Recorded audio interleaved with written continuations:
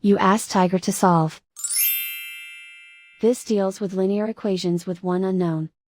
The final result is x equals 17/3. Let's solve it step by step. Simplify the expression. Expand the parentheses. Simplify the arithmetic. Group all constants on the right side of the equation. Add 36 to both sides. Simplify the arithmetic.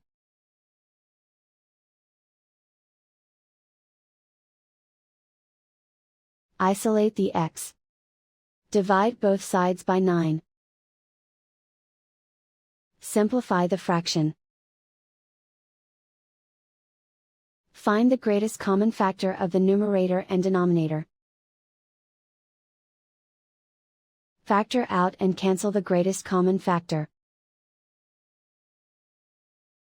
And so the final result is x equals 17/3.